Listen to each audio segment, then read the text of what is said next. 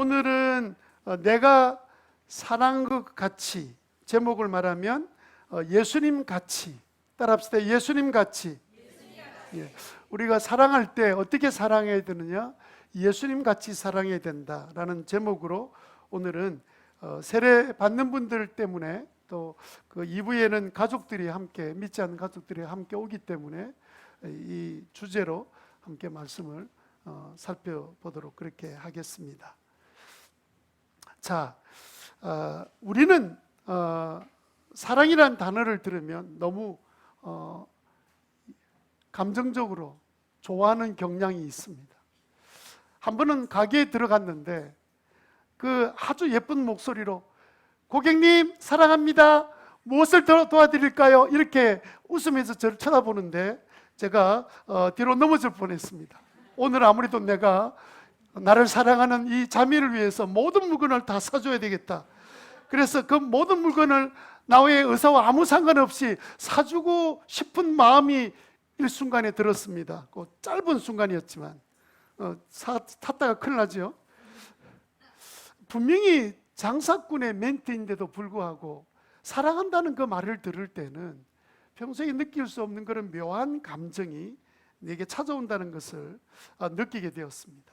우리는 사랑이라는 단어 들으면 너무 좋아요. 누군가 나를 향해서 사랑한다는 말만 표현해 주면 그날 저녁에 잠자기가 굉장히 어려워지게 됩니다. 이보다 더 좋은 말을 들을 수가 없어요. 사랑한다는 말, 누군가 나를 사랑해 준다? 그러면 인생이 아무리 힘들고 어려워도 사랑해 준다는 그 말 때문에, 그 사랑해 주는 사람 때문에 우리는 이 세상 살면서 아주 살맛나는 인생으로 살아갈 것이라고 모두 다 그렇게 생각하는 것은 사랑이란 단어 자체가 아주 따뜻하게 우리에게 다가오기 때문에 그렇습니다. 누군가 사랑한다는 말을 하면 가슴이 막 두근두근 거리기 시작합니다. 왜? 우리는 사랑이란 단어만 들으면 가슴이 따뜻해지고 두근두근하고, 지금 결혼한 지가 30년 지났는데도 불구하고 사랑이란 말을 들으면 막 가슴이 막 뛰는 그런 부부들이 있죠. 그죠? 아주 이상한, 말도 안 되는. 우리는 이 땅에 딱 태어날 때 제일 먼저 받았던 게 뭐냐면 부모의 사랑을 받은 거예요. 그래서 우리는 사랑받는 것이 아주 자연스러웠고, 그리고 본능적으로 사랑한다는 말을 듣고 싶은 마음이 우리 욕구에 가득 차 있습니다. 그래서 누군가 사랑해 주기를 바라는 마음이 우리 마음에 있는 거죠. 근데 여러분 아십니까? 사랑한다는 말이 그렇게 우리에게 따뜻함에도 불구하고 사랑한다는 이 말 자체가 우리가 그렇게 부담스러운 단어도 없습니다. 갑자기 단어가 이제 사랑받는 대상이 아니라 사랑해라는 대상으로 바뀌어지게 되면, 너 동생 좀 사랑해, 제발 좀 일본 사람 좀 사랑하십시오.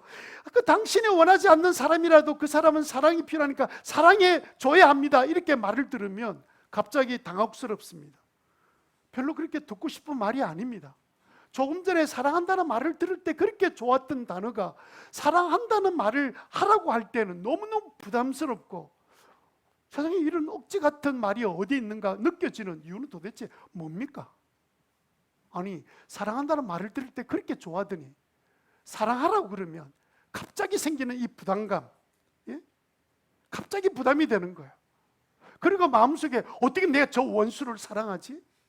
어떻게 내가 저 인간을 좋아할 수 있지? 나하고 아무 스타일도 맞지도 않고 나하고 아무 관련도 없고 나는 저 사람 때문에 내가 상처받은 적도 있었는데 내가 그 사람, 부담되는 그 사람을 내가 왜 사랑해야 돼? 이런 마음이 우리 속에 들어오면서 사랑은, 그때부터 사랑인 단어가 갑자기 바뀌어져서 사랑은 사랑?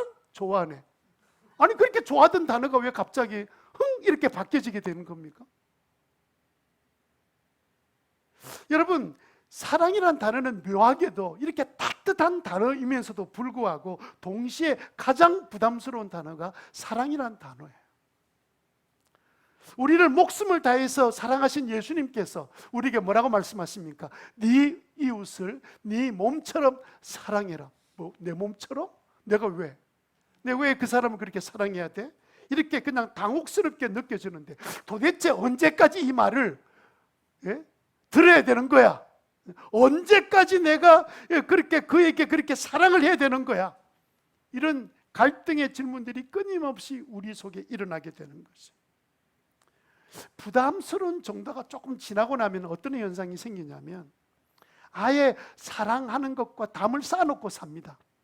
그래서 나중에 보면 이 부부 맞나? 옛날에 그렇게 사랑한 거 맞아? 아니 왼수는 왜 이런 왼수가 다 있어? 이렇게 느껴지는 정도로. 그래서 나중에는 사람들 마음속에 나는 내 새끼 외에는 절대로 다른 사람 사랑하지 않을 거야. 세상이 그렇게 말합니다. 세상 사람들은 다 한결같이 말합니다.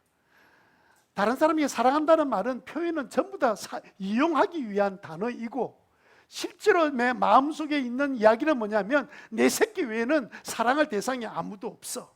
이런 마음이 우리 마음속에 있는 거예요. 그런데 여러분이 답답한 것은 뭐냐면 교회 안에서도 그런 소리가 들려온다는 겁니다. 아무도 그렇게 말하는 사람은 없어요. 그런데 내면의 소리가 제 귀에 들려오는 거예요. 난 저런 밥맛 없는 스타일의 인간, 나는 그 사람 사랑할 마음 추호도 없고 가까이 하고 싶은 마음도 없고, 만약에 억지로 나를 붙여놓는다면 나는 교회 옮겨버릴 거야. 이런 교인들의 이름을 뭐라 그런 줄 압니까? 사포교 교인이라 그럽니다. 새로 좀 신천지보다 무서운 이단이 하나 생겼는데 사포교입니다. 따라합시다. 사포교. 다 우리 비슷한 사포교 교인들입니다. 사랑을 일찍 포기한 교인들. 세상이 아니라 교인들이 아예 사랑한 것을 포기해버리고 이제는 내가 믿음으로 구원받으면 됐지 이제 나는 천국 가는 것은 이제 다 따놓은 당상이고, 이제는 나는 내가 좋아하는 사람만 좋아하고 좋아하지 않는 인간들은 가까이 안 할 거야, 이런 마음으로 교회 생활을 하고 있는 사람이 많이 있는데 왜 사포교 교인이 돼버렸을까요? 지금도 그럼에도 불구하고 누군가 사랑한다 그러면 그날 저녁에 잠도 못 자면서, 왜 똑같은 사랑인데 사랑하라 그러면 그렇게 몸서리치고 있을까요?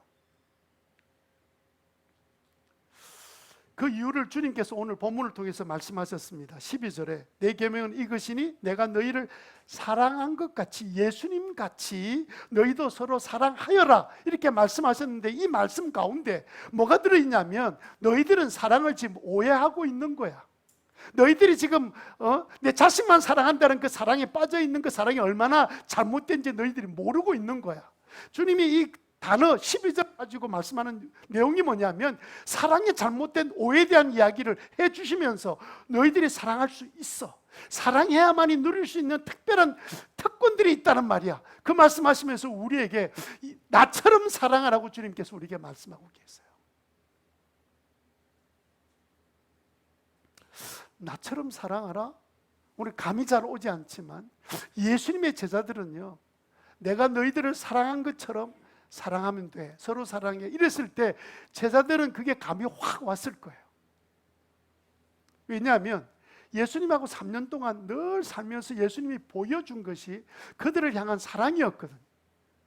사랑한다는 게 뭔지를 제자들은 너무도 잘 알고 있었습니다. 우리는 지금 오해에 빠져 있습니다. 제자들은 예수님이 나같이 사랑해라 이러면 그 감이 와서 참 그렇게 하는 것이 사랑이지, 이게 느껴질 수밖에 없었던 거죠. 그런데 여러분, 예수님께서 말씀하시는 제자를 사랑한 것 같이, 내가 너희를 사랑한 것 같이, 내가 사랑한 같이, 내같이, 예수같이 사랑하는 것이 사랑이 뭐냐라는 것에 대한 주님의 대답을 우리가 오늘 들을 수 있도록 만들어 주셨습니다. 우리 주위에 보면 저절로 사랑이 되는 사람이 있습니다. 저절로 좋아지는 사람이 있습니다. 어떤 사람입니까? 성격 좋고 공손하고 게다가 사람이 또 겸손하기도 하고, 아는 것은 많이 있는 것 같은데 그냥 상대방을 생각해서 아무것도 모르는 사람인 것처럼 그렇게 행동하고, 그리고 뿐만 아니라 남을 배려하는데도 머리까지 좋고, 유머 감각까지 있는 사람 만나면 우리는 저절로 그 사람을 좋아할 수밖에 없어요. 좋아하는 감정이 생기죠. 그런데 여러분, 예수님은 그런 사람을 사랑하라고 말씀하는 것은 전혀 아닙니다. 그런 사랑은 소나 개나 다 해. 세상 사람들 다 하는 거야. 저절로 하는 거예요. 전부 다. 바리새인도 해. 그런데 내가 말하는 서로 사랑하는 말은 그런 사랑이 아니야. 예수님은 전혀 다른 이야기를 하고 계신 거지. 내가 말하는 너희 서로 사랑하는 이 말은 뭐냐면, 너희들에게 말하는 말의 뜻은 전혀 다른 것인데, 그것은 뭐냐면 전혀 사랑이 가지 않는 사람, 전혀 같이 있고 싶지 않는 사람, 바로 그 사람에 대해서 사랑하라는 뜻이야. 예수님의 제자들이 바로 그런 존재들이었거든요. 그들은요, 어떤 존재인 줄 압니까? 예수님이 돌아가시기 며칠 전에 제자들 가운데 예수님이 이제 예루살렘 올라간다니까 임금이 되는 줄 알고 그냥 엄마까지 동원해가지고 내 형제 하나는 좌의정 하나는 우의정 세워주실 거죠. 근데 그 소리 듣고 뒤에 있는 제자들은 막 열이 나가지고 저 나쁜 놈 이러면서 그냥 서로 누가 더 높으냐 이렇게 다투기를 공개적으로 다투기도 하고, 한 번은 예수님께서 한 마을을 제자들과 함께 지나가는데 그 사람들이 예수님이란 사실을 알고 배척을 해버렸습니다. 푸대접을 했습니다. 그 동네에서 나오면서 예수님 하늘에서 불을 내려서 저 인간들을 확 싹 태워서 죽여버리죠. 바비큐도 막 그냥 완전히 그냥 한국식 바비큐를 새까맣게 태워서 죽이는 게 안 맞겠습니까? 그렇게 말했던 아주 남북한 제자들이고요. 자기들이 모르는 어떤 사람이 예수님의 이름으로 귀신 쫓아내는 걸 보고는 박수 치는 게 아니고 찾아가서 나 좀 보소. 누구 허락 받고 이렇게 이런 짓 하고 있어? 예? 다시는 하기만 해봐. 그렇게 배타적인 사람이 제자들이었습니다.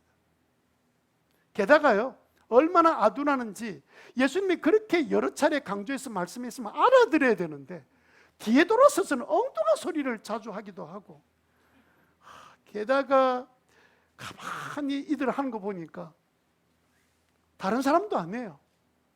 우리 같은 사람.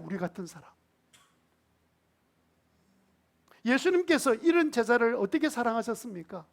3년 동안 데리고 다니면서 꾸중 제대로 하지 않으셨어요. 저희끼리 싸우고 말도 안 되는 이야기해서 예수님 죽으러 간다는데, 또 예수 죽었다 3일에 부활한다고 여러 차례 말했었는데 불구하고 믿는 인간은 하나도 없고, 예수님 죽고 나니까 다 도망갈 생각하고. 예수님은 물론 자주 탄식은 하셨어요. 제자들 볼 때 하도 기가 차서 말씀을 안 하시고 책만 하시면 뭐 이렇게 한숨을 쉬시기도 하셨지만, 예수님은 끝까지 사랑하시고 그들을 위해서 자신의 목숨까지 내어놓으셨습니다. 제자들이 그런 예수님의 사랑을 알고 있었어요. 사람 같지도 않는 자기들을 위하여, 예수님 말씀 그렇게 믿지도 않던 자기들을 위하여 끝까지 믿어주시고 생명까지 주셨던 그 예수님의 사랑을 그들이 알고 있었습니다. 예수님의 말씀은 네가 사랑할 수 없는 사람, 이미 사포교, 아예 사랑하기를 포기했던 그 대상에게 하는 것이 내가 말하는 사랑이다. 첫 번째 이야기고, 주님이 그 제자들을 향해 말씀하시고 우리들을 하면서 말씀하시는 말이 뭐냐면, 너희들은 지금 사랑을 상당히 오해하고 있는데 내가 말하는 사랑은 그런 거 아니야 라고 말씀하시면서 사랑이 어떤 것인지 우리에게 말씀해 주셨는데, 보통 사람들이 이렇게 말하지요. 아니 그렇게 미운 사람을 어떻게 사랑해요? 응? 미운 건 미운 거지 뭐 어떻게 하란 말입니까? 라고 말하는 그런 이 대꾸는 뭘 갖고 있냐면, 사랑한다는 자체를 자꾸 감정적으로 좋아한다는 의미로 이해하는 거예요. 여러분 집에 와서 사전 찾아보세요. 좋아한다는 것과 사랑한다는 개념은 전혀 다른 뜻입니다. 사랑한다는 것은요, 좋아하는 감정입니다. 좋아한다는 것은. 사랑한다는 것은요, 이게 재밌게도 없는 사람을 남에게 돕는 행위 이렇게 되어 있습니다. 사전도 사랑을 어떤 사람에 대해서 대하는 마음의 태도를 말하고 있는 거지 감정을 말하고 있지 않아요. 그런데 우리나라 사람들은 사랑이라는 단어 자체를 전부 다 감정적으로 이해한 거예요. 그러니까 내가 싫은데 내가 사랑해요 이렇게 전부 다 감정적으로 이해하는 거예요. 예수님은 한 번도 그렇게 말씀하신 적이 없어요. 그냥 네가 싫어하는 대상이라 할지라도 그가 어려운 가운데 처해 있거나 그의 필요를 네가 채워주는 행위를 해봐라. 그게 사랑이야 라고 말씀하시는 거예요.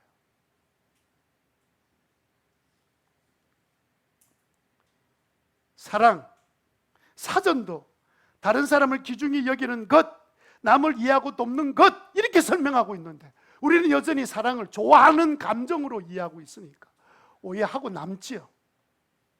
그런데 여러분, 오늘 우리가 이 말씀을 좀 구체적으로 어떻게 하라고 말씀하는지 생각할 텐데, 먼저 우리가 성경 말씀처럼 예수님 같이 사랑하지 않은, 사랑을 그냥 사포교 교인처럼 살기로 작정하면 어떤 일이 생기는 줄 아십니까? 첫 번째는요, 구원받지 못합니다. 구원받을 수 없어요. 아이고 목사님, 구원은 믿음으로 받는 것 아닙니까? 맞지요? 우리 구원은 믿음으로 받는 겁니다. 그런데 여러분 아세요? 여러분들이 믿는 것, 믿음이 대상이 뭡니까? 뭘 믿는 겁니까? 나를 위해서 자신의 목숨을, 나를 사랑해 주셔서 자기 목숨을 희생하지 않으면 구원받을 길이 없는 우리를 향하여 자기 생명을 주신 그 사랑의 예수님 믿는 거 아니에요? 사랑의 하나님 믿는 거 아닙니까? 아니에요? 이 동네? 그럼 누구를 믿는 겁니까? 저를 믿는 겁니까? 이상한 교인들이 다 있는 것 같아요. 뭘 믿는 거예요, 여러분들은? 나를 사랑하지 않는 하나님을 믿는 겁니까? 아니요. 자기 생명까지 나를 구원하기 위해서 대신 당신의 생명을 나에게 희생하신 그 예수님의 사랑, 그 희생한 행동, 그것을 우리가 사랑으로 믿기 때문에 우리가 구원받은 거예요. 그래서 여러분, 성경에 보면 사랑 없는 믿음은 가짜라고 분명히 말씀하고 계십니다. 자꾸 우리가 나 믿어 구원받았어, 나는 이제 무슨 짓을 해도 어떻게 해도 나는 상관이 없어, 이러고는 사랑 안 해도 되는 것처럼 오해를 하고 있는 것이 어쩌면 우리 교인인지도 모르겠습니다. 여러분, 사랑과 믿음과 소망은 나누어지는 게 아닙니다. 믿음이 있으면 그 나라에 대한 소망이 생기고요, 믿음이 있는 사람은 믿는 대상의 사랑 따라서 그분이 말씀하신 대로 나도 그 사랑 받았기 때문에 사랑하는 삶을 사는 것이 믿음, 소망, 사랑이에요. 그 중에 제일은 믿음입니까? 그럼 뭐예요? 그럼 믿음은 뭡니까? 믿음은 구원에 이르긴 시작이고, 그 시작된 믿음의 완성은 뭐로 나타나요? 사랑으로 나타나죠. 우리가 믿는다 해놓고 사랑으로 행동에 아무것도 없다? 그럼 뭘 믿는 거예요? 예? 그게 믿는 겁니까? 그래서 마태복음 25장 41절에 보니까 이런 말씀이 있더라고요. 임금은 왼쪽 있는 사람에게 말하기를, 저주받은 자들아 내게서 떠나가라. 악마와 그 졸개들을 가두려고 준비한 영원한 불속에 들어가라. 너희들은, 그 다음 42절부터 보면, 너희들은 내가 줄일 때, 목마를 때, 나그네 될 때, 헐벗을 때, 감옥에 있을 때, 병들었을 때 찾아주지 않았다. 예? 45절에 그때 임금이 그들에게 대답합니다. 내가 진정으로 너에게 말한다. 여기 이 사람들 가운데 지극히 보잘것없는 사람 하나에게 하지 않는 것이 곧 내게 하지 않는 것이다. 뭘 하지 않는 거예요? 그들의 어려움을 돕는 것이 사랑이라 그랬는데, 국어사전도 그렇게 말하고 있는데, 정말 내가 미워하는 스타일이고 나와 맞지 않는 스타일이지만 너무 힘들고 어려울 때 도움을 받아야 될 그 순간에 도와주지 않는 것은, 그거는 사랑이 아니고 도와주는 것 자체가 사랑이라고 말씀하고 계시는데, 사전도 예수님 그렇게 말씀하고 계시잖아요. 46절에 그리하여 그들은 영원한 형벌에 들어가고 의인은 영원한 생명에 들어갈 것이다. 믿음이라는 단어 하나도 나오지 않습니다. 사랑에 대한 이야기하고 있는 거예요. 성경이 말하는 믿음은 구원의 시작이고 놀라운 사랑으로 구원받은 것을 내가 완성시켜 나가는 거죠. 야고보서 2장 13절 17절에 보면, 13절에 심판은 자비를 베풀지 않는 사람에게 무자비합니다. 14절 나의 형제자매 여러분, 누가 믿음이 있다고 말하면서 행함이 없으면 무슨 소용이 있습니까? 그 믿음이 구원하겠습니까? 그래 놓고 그 다음에 예를 든 게 뭡니까? 형제가 헐벗고 굶주리고 목말라 하고 추워하고 먹을 것조차도 없는 그들에게 가서 편히 먹고 잘 쉬세요, 이렇게 말만 하고 그 몸에 필요한 것을 돕지 않는다면 무슨 소용이 있습니까? 이와 같이 믿음의 행함이, 사랑의 행함이 따르지 않으면 그 자체는 이미 죽은 겁니다.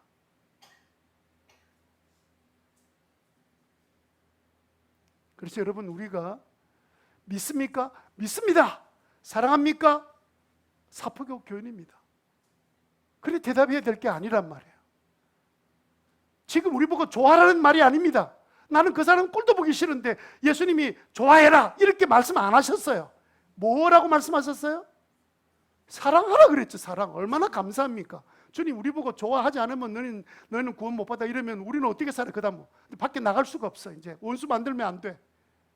우리 보고 사랑하라고 말씀하셨지 좋아하라고 말씀하신 적이 없습니다. 그러면 우리가 어떻게 예수님 같이 사랑할 수 있겠습니까? 예수님 같이 사랑하려면 어떻게 될까요? 우리는요, 결심해야 합니다. 결심하라. 결정하라. 결심한다는 말은 어떻게 하기로 마음을 굳게 정하다, 결정하다는 뜻입니다. 나는 저 사람 정말 안 좋아해. 그렇지만 그가 너무 처한 상황이 힘들고 어려우니 내가 조금이라도 도와줘야지. 내가 좋아하는 사람에게 선물 주는 것은 어려운 일이 아닙니다. 그러나 내가 정말 원치 않는 사람이 힘들게 있을 때 내가 찾아가서 사랑으로 무언가를 내미는 것을 주님이 너 그거 사랑이야 이렇게 말씀하신다는 거예요. 왜 예수님처럼 예수님같이 사랑하려면 결심해야 됩니까? 자꾸 우리는요 오해하고 있으니까, 자꾸 사랑을 자꾸 감정으로 이해하고 있으니까. 성경은 우리가 그냥 습관적으로 사랑을 감정으로 느낀다 하더라도 성경에서 말하는 사랑은 감정이 아니고 의지적인 결단이에요. 여러분, 의지적인 결단으로 어려운 사람을 돕는 그래서 사랑을 베푸는 믿음의 사람 되시기를 주님 이름으로 축원합니다. 밉지만 감정과 아무 상관이 없어요. 그럼 우리는 도와줄 수 있어요. 사람들이 사랑하지 못하는요, 나는 사랑할 수 없다 이렇게 결심한 이유가 뭐냐면 감정으로 이해하니까, 좋아하는 것으로 생각하니까 할 마음이 생기지 않는 거예요. 여러분, 좋아하라 그러면 죽을 때까지 좋아할 수 있겠습니까? 원수를 사랑하라 그랬어요. 어떻게 원수가 좋아집니까? 누가복음 6장 27절 28절에 너희 원수를 사랑하여라. 너가 미워하는 사람들에게 잘해주고 저주한 사람을 축복하고 모욕하는 사람을 위해서 기도해라.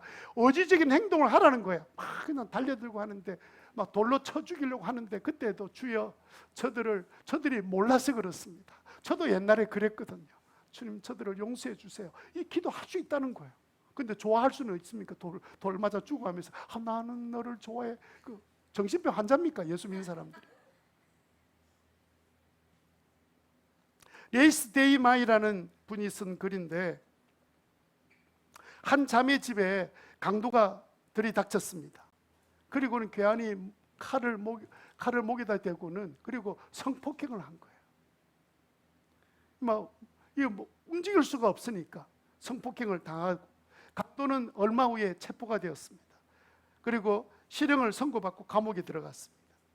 그런데 이 일이 있고 난 다음에 얼마나 자매의 마음이 힘들고 어려웠겠습니까?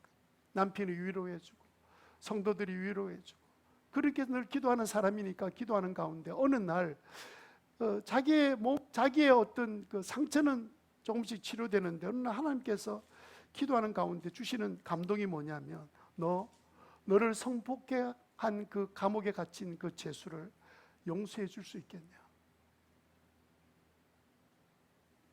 찾아가서 용서한다고 이야기해 줘라. 마음에 갈등이 생겼습니다. 하나님의 요구는 항상 우리에게 믿음의 갈등을 일으키거든요. 갈등이 생겼습니다. 해야 되나 말아야 되나.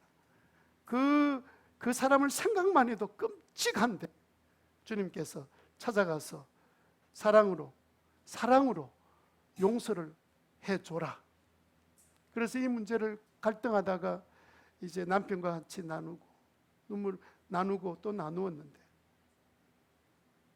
드디어 남편이 격려를 해주어서 면회하는 장소까지 찾아가서 그 사람에게 그럼에도 불구하고 나는 예수님의 사랑으로 당신을 용서합니다 하고 이제 돌아온 거예요. 그 사람의 반응이 하나도 중요하지 않았습니다. 돌아왔는데 이 자매가 나중에 간증하기를, 사실 나는 그 몹쓸 짓을 한 그 사람 면회 간다는 것은 죽기보다 싫었습니다. 내 감정적으로는 그 사람이 만나는 것밖에 두렵고, 그 생각만 해도 비호감이 생기고 솔직히 나는 너무 밉습니다. 그런데 나의 남편이 계속 격려해 주고 내 주의 믿음의 친구들이 격려해 주었기 때문에 나는 감정과 아무 상관없이 주님의 말씀에 따라서 나는 찾아가서 그냥 용서한다고 주님 말씀하시는 사랑 행위를 하고 돌아왔습니다. 자매가 자유하게 된 거예요. 그 아픔으로부터. 이게 예수님 말씀하시는 사랑한다는 뜻입니다. 이뻐서가 아닙니다. 좋아서가 아닙니다. 여러분, 만약에 감정적으로 주님께서 말씀하셨다면 우리는 어쩌면 죽을 때까지 한 사람도 사랑하지 못한, 좋아하지 못한 채 그냥 하나님 앞에 서게 될 거예요. 아니 서지 못할지도 모릅니다. 우리의 믿음을 뭐로 증거할 겁니까? 믿음을 무엇으로 증명할 겁니까? 내 믿음을 무엇으로 표현할 겁니까?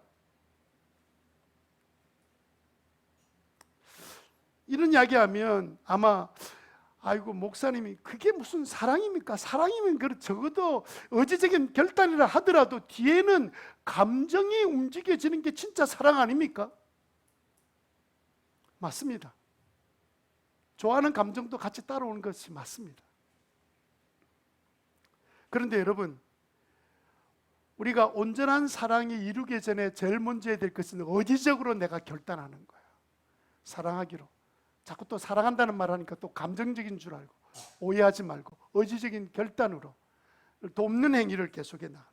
대개 다 안 믿는 남편들이 핍박하다가 나중에 예수 믿게 되는 궁극적인 원인은 뭐냐면 바로 사랑했기 때문입니다. 좋아했기 때문이 아니라 끝까지 참아주면서 이해해주면서 사랑의 표현을 해주었기 때문에 어느 날 그 마음에 감동이 되어서 주님 앞에 나오는 역사가 일어나게 된 거죠.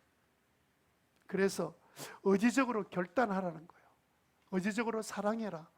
필요가 있을 때 도와줘라. 그러면 좋아하는 감정도 뒤따라오게 될 것이다. 조지 크레인이라는 분이 신문에 기고한 내용인데 어떤 한 자매가 상담하러 찾아왔습니다. 상담하러 찾아와서 했던 그 상담 내용이 뭐냐면 자기 남편하고 이혼하고 싶은데 도무지 살 수 없는데 그런데 그동안 너무 고통을 당했기 때문에 좀 복수하면서 이혼하고 싶습니다. 좀 도와주세요. 어때 방법이 없겠습니까? 그래서 조지가 그렇게 조지 크레인이 대답을 한참 이 이야기를 듣고는 대답을 해 주었습니다. 그러면 제가 시키는 대로 하겠습니까? 2달만 하면 됩니다. 예, 시키는 대로 하겠습니다. 만약 그 남편을 복수할 수 있는 일이라면 저는 하겠습니다. 그러면 지금부터 제가 시키는 대로 하십시오. 지금부터는 이 순간부터는 남편이 무슨 행동을 하든 무슨 말을 하든 아이고 잘했다 라고 항상 반응하고 그 다음에 칭찬해 주고 기회가 생길 때마다 나는 당신 없이는 못 살아요. 나는 당신 없이는 못 살아요. 말을 하면서 계속 그런 인상을 계속 심어주면서 2달 동안 그가 원하는 건 뭔지를 알고 있으니까 원하는 것들은 미리 찾아서 먼저 해주고 그러면서 늘 붙이는 말이 난 당신 없이는 못 살아요. 계속 이렇게 하다가 딱 2달 되고 나면 나는 오늘 당신과 이혼해요. 아니 그렇게 말하면 보통 사람은 충격받는다는 거예요. 왜냐하면 당신 없이는 못 살아. 어젯밤까지 당신 없이 못 살아. 이렇게 잠자놓고는 갑자기 딱 2달 때 되는 순간에 난 당신과 오늘부터 이혼합니다. 이러면 갑자기 충격받는. 한번 당해보실래요? 아니, 그러면 안 되죠. 당한다는 말이 안 돼. 실수했습니다. 제가. 큰일 나죠.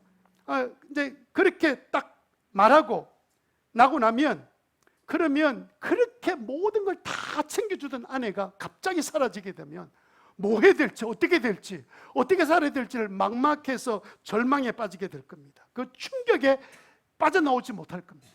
그렇게 한번 해보겠습니까?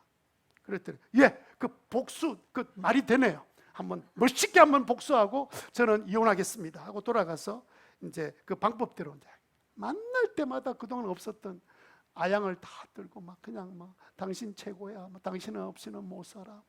그렇게 막 쇠뇌를 그냥 벽에도 당신 없이는 못 살아 붙이고 노래도 당신 없이는 못 살아 노래도 부르고 미국 사람이 아는지는 모르겠는데 하여튼 그래서 온갖 방법으로 남편이 원하는 것들 미리 다 챙겨주고 다 해주고 남편이 뭐 입에 막 찢어져서 막 다니고 있는데 이제 그래서 2달 딱 되는 시간까지 이제 어떤 일이 생겼나 이 조지 크레인은 너무너무 궁금한데 뭐 한 달이 지나고 2달이 훨씬 지났는데도 아무 연락이 없는 거예요. 이게 뭐 어떻게 된 거야? 그래서 이제 전화를 한 겁니다. 전화를 딱 했습니다. 아니 어떻게 됐어요? 이혼하셨어요? 복수하셨나요? 이랬더니 그 전화를 받는 이 자매가 뭐요? 이혼요? 제가요 당신 없어요 못 살아, 당신 없이 못 살아 막 나중에 말하다 보니까 이제는 내가 남편 없이 못 살게 됐어요.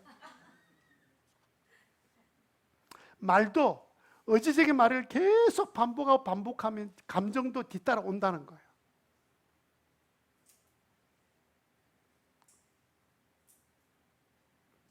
예수님께서 좋아하라 말씀하지 않고 사랑하라고 말씀하신 것이 얼마나 큰 은혜인지 모릅니다. 만약에 우리가 이렇게 사랑을 하려면 어떻게 되냐면요, 지금 결단하셔야 돼요. 지금 나는 이제부터는 사랑할 것이다. 감정이 아니고 의지적인 결단이니까. 내 마음이 들지 않는 사람, 나는 부딪히면 같이 일하고도 싶지 않는 사람, 그 사람 일한다면 나는 교회 옮기겠다는 생각이 있던 사람, 바로 그 사람과 내가 맞추어서 내가 그 사람이 필요한 일에 내가 도와주는 거야. 근데 주님은 그것을 뭐라고 보시냐면 너 이제 사랑하네? 이렇게 보신다는 거야. 두 번째는 예수님처럼 흉내 내보라는 거예요. 예수님 같이 희생해 보라는 거예요. 작은 희생을 하라는 거예요. 요한복음 15장 9절에 보니까 주님께서 말씀하시기를 아버지께서 나를 사랑하신 같이 나도 너희를 사랑하였다. 예수님을 모델로 삼고 남을 위해서라도 나 자신을 위해서라도 내가 이제 희생을 해보는 거예요. 여러분 목자 목녀들이 왜 목원들에 존경받습니까? 희생하니까 그렇지. 희생하니까. 여러분 교사들도 아이들을 변화시키려면요 자신의 희생을 보여줘야만이 그때부터 아이들의 변화가 일어나기 시작합니다. 나는 절대로 돈 많은 쓸 마음 하나도 없어. 그런 사람이 어떻게 자기는 구원받고 어떻게 남을 구원합니까? 그런 일은 없어요. 그러니까 여러분 지금부터 갑자기 크게 뭐 이렇게 하면 그냥 혼란에 빠지니까 아주 작은 것부터, 아주 작은 사랑부터 여러분들이 희생하면서 아이고 내가 차라리 잘 먹을 수 있는 건데, 바로 그런 조그만 희생을 남에게 하기 시작하면 놀라운 일들이 일어납니다. 세 번째는요, 그래도 우리는 마음이 상할 때가 있습니다. 하나님, 내가 어떻게 저런 왼수하고 계속 이렇게 사랑하라고 그런 일을 내가 할 수 있습니까? 도무지 나는 저 인간하고는 안 되겠습니다. 이렇게 불평이 막 나올 때, 그때 세 번째 애들이 뭐냐면 예수님이 나에게 하셨던 그 사랑을 생각해 보라는 거예요. 왜냐하면요, 우리가 기도할 때 기도가 중요한 건 불평하더라도 기도를 하면 불평하는 게 좋거든요. 막 불평, 하나님 어떻게 날 그렇게 살라 말입니까? 나는 너무너무 못 살겠습니다. 막 기도하면 마지막에 하나님 주시는 생각이 뭐냐면 넌 좀 뭐 달라? 너는 좀 뭐 좀 다른 인간이야? 하는 생각을 다 심어주세요. 난 좀 다른 인간 아니거든요. 그래서 우리가 내가 그 사람과 하나도 다를 바 없는 너를 위해서 내가 십자가에 못 박혀 죽지 않았니? 그래서 주님의 사랑을 생각하는 그 시간을 통해서 우리 안에 사랑은 다행히 좋아하는 것이 아니지, 웃으면서 기도하러 갔다가 이제 일어날 수 있는 거야. 기도 안 해본 사람은 모릅니다. 불평하다가 불평하는 것도 기도하는 거예요. 그러다 나올 때는 나도 똑같은 인간인데 뭐, 그런 마음이 예수님의 사랑을 딱 느끼게 될 때 주어지는 마음. 그럼 우리가 세 번째로 예수님 같이 사랑하면 어떤 일이 일어날까요? 세 번째, 예수님의 친구가 됩니다. 친구가 돼요. 15절에 14절에도 그런 말씀 나오죠. 14절에 뭐라 되어 있습니까? 내가 너에게 명한 것을 너희가 행하면, 서로 사랑하면 너희는 누구의 친구다? 나의 친구다. 그리고 15절에 말씀하고 계시는 거죠. 너희는 나의 친구야. 종한테는 나의 비밀을 말해주지 않아. 친구는 우리가 공유하는 거잖아. 좋은 것도 기쁜 것도 함께 나누는 거지. 여러분 세상에도요, 좋은 유명한 사람, 꽤 뛰어난 사람과 친구 되는 것을 얼마나 잘한 건지 모릅니다. 내 친구 중에는 말이야, 대학 총장도 있고 저 높은 공무원도 있고 자랑하고 싶은데 제가 자랑 안 한 것은 내가 좀 없어 보이는 것 같아서 안 하는 겁니다. 그렇게 친구가 누구의 친구란 사실은 얼마나 자랑스럽습니까? 그런데 예수님의 친구, 예수님이. 세상 친구들은요, 자기 손해볼 것 같으면 또 안 할지도 모릅니다. 예수님은 그렇게 안 하잖아요. 자기 목숨까지 내어놓은 친구잖아요. 그러니까 여러분, 예수님이 나의 친구가 되는 거예요. 예수님의 친구가 되는 방법 굉장히 쉽습니다. 뭐 하면 됩니까? 서로 사랑하면 돼요. 사랑하기로 작정하면 그때부터는 이제는 예수님의 친구가 되도록 주님께서 우리를 초대하신다는 거예요. 초대한다는 말이 나오잖아요. 여러분, 예수님이 친구가 되고 나면 두 가지 특권이 있는데요. 저는 이 부분이 너무너무 좋아요. 이 부분 때문에 주님께서 말씀하신 것 같아요. 16절 마지막에 보면 그것은 너희가 가서 열매를 맺어 그 열매가 언제나 남아있게 하라는 것이다. 이게 첫 번째입니다. 열매를 맺게 하고 열매가 항상 있도록. 예수님의 사랑을 실천하는 사람은 열매 맺는 역사를 주시겠다는 거예요. 우리가 그동안 열매 맺게 해달라고 막 영혼 구원을 위해서 기도하고 막 나의 변화를 위해서 사람 좀 변화달라고, 성령의 사람 인격으로 변화달라고 막 기도했는데도 안 바뀌는 이유가 뭐냐면, 뭘 안 해서 그러냐면 사랑은 죽어라도 안 하거든요. 나는 사포교 교인입니다. 앞으로 써붙이세요. 여기다가 나는 사포교 교인입니다. 안 하니까 변화가 안 일어나요. 아무도 구원받지 못합니다. 열매 주신다 그랬잖아요. 성경의 열매는 딱 두 가지거든요. 영혼의 구원, 그 다음에 하나는 인격적인 성령의 사람으로, 예수님 닮아가는 사람으로 바뀌는, 그것이 성경에 말하는 열매거든요. 신앙생활을 몇 년을 해도 안 바뀌는 거야. 고집은 그대로 고집이고, 한번 나는 싫어하는 사람은 같이 일하라 하면 나는 다시는 안 본다. 사랑이 뭔지도 모른 채 신앙생활을 아주 희한하게 하고 있으니까 얼마나 힘들겠습니까? 예수님이 친구가 아니야. 또 한 가지 특권은 뭐냐면요, 그 마지막 부분을 보면 그리하여 너희가 내 이름으로 아버지께 구하는 것은 무엇이든지 다 받게 하려고. 여러분, 예수님의 친구가 구하니까 어떻게 다 응답이 안 되겠습니까? 나는 예수님과 별로 친하지 않는데 무슨 기도가 잘 응답되겠습니까? 주님 약속해 주신 거예요. 예수의 친구가 되라. 그러면 기도 응답은 저절로 이루어지게 된다. 우리가 기도했는데도 응답이 안 된다? 그러면요, 내가 사랑하지 않고 있기 때문에 그래요. 다 선을 꺼가지고 나는 동과 서가 나누어져 있고 남과 북이 나누어져 있다. 그 세상 사람들이 하는 거죠.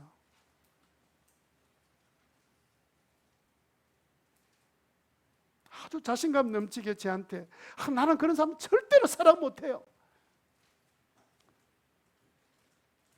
그럼 예수님 사랑 안 하면 어떻게 할래요? 사랑이 뭔지를 잘 모르고, 우리가 신앙생활 오래 해도 여전히 모난 성격이 성령의 열매로 깎여져야 되는데, 다듬어져야 되는데 아직도 까칠하고, 내가 싫어하는 사람하고 같이 동행도 하지 않으려고 하고, 피해 다니고 멀리하고, 주님이 일부러 붙여놓았는데, 일부러 자꾸 만날 기회를 만들었는데 나는 솔람솔람 미꾸라지처럼 자꾸 피해 다니고, 언제 그러면 다듬어져서 성령의 열매가 맺어지게 되고 내 기도가 날마다 응답되는 놀라운 역사가 일어날 수 있겠느냐 하는 것이 오늘 주님 우리에게 주시는 말씀.